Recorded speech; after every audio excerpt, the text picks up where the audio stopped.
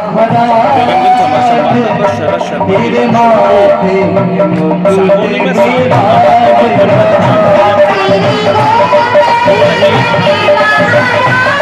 रही जिले के बेगमगंज के निकट सागौनी में शारदा माता के दरबार में श्रीमद् भागवत कथा का आयोजन किया जा रहा है।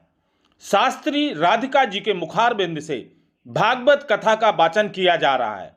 उन्होंने कथा के दौरान उपस्थित जन समुदाय को संबोधित करते हुए कहा है कि कृष्ण सखाओं और गोप ग्वालों के साथ गाय चराते हुए गोवर्धन पर्वत पर पहुंचे तो देखा वहां गोपियां 56 प्रकार के भोजन रखकर बड़े उत्साह से नाच गाकर उत्सव मना रही थी। श्री कृष्ण के पूछने पर उन्होंने बताया कि आज के दिन वृत्तासुर को मारने वाले तथा मेघों व देवों के स्वामी इंद्र का पूजन होता है। इसे इंद्रोज यज्ञ कहते हैं। इससे प्रसन्न होकर इंद्र वज्र में वर्षा करते हैं, जिससे प्रचुर मात्रा में अन्न पैदा होता है। श्री कृष्ण ने कहा कि इंद्र में क्या शक्ति है, उससे अधिक शक्तिशाली तो हमारे गोवर्धन पर्वत हैं। इसके कारण वर्षा होती है, अतः हमें इंद्र से भी बलवान गोवर्धन की पूजा करनी चाहिए। बहुत विवाद के बाद श्री कृष्ण की यह बात मानी गई तथा वज्र में इंद्र के स्थान पर गोवर्धन की पूजा की तैयारी शुरू हो गई। सभी गोप ग्वाला अपने अपने घरों से पकवान लाकर गोवर्धन की तराई में श्री कृष्ण के द्वारा बताई गई विधि से पूजन करने लगे।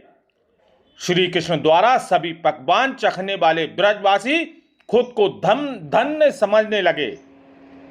नारद मुनि भी यहां इंद्रोज यज्ञ देखने पहुंच गए।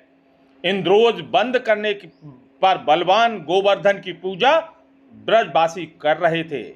यह बात इंद्र तक नारद मुनि के द्वारा पहुंचाई गई और इंद्र को नारद मुनि ने यह कहकर और भी डरा दिया कि उनके राज्य पर आक्रमण करके इंद्रासन पर भी अधिकार शायद श्री कृष्ण कर लेंगे।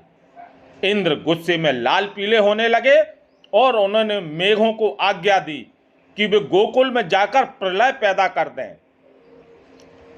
ब्रजभूमि में मूसलाधार बारिश होने लगी। बाल ग्वाल भयभीत हो उठे। श्री कृष्ण की शरण में पहुंचते ही उन्होंने सभी को गोवर्धन पर्वत की शरण में चले जाने को कहा। वही सबकी रक्षा करेंगे। जब सब गोवर्धन पर्वत की तराई में पहुंचे तो श्री कृष्ण ने गोवर्धन को अपनी कनिष्ठ उंगली पर उठाकर छाता सा बना दिया और सभी को मूसलाधार हो रही बारिश से बचाया।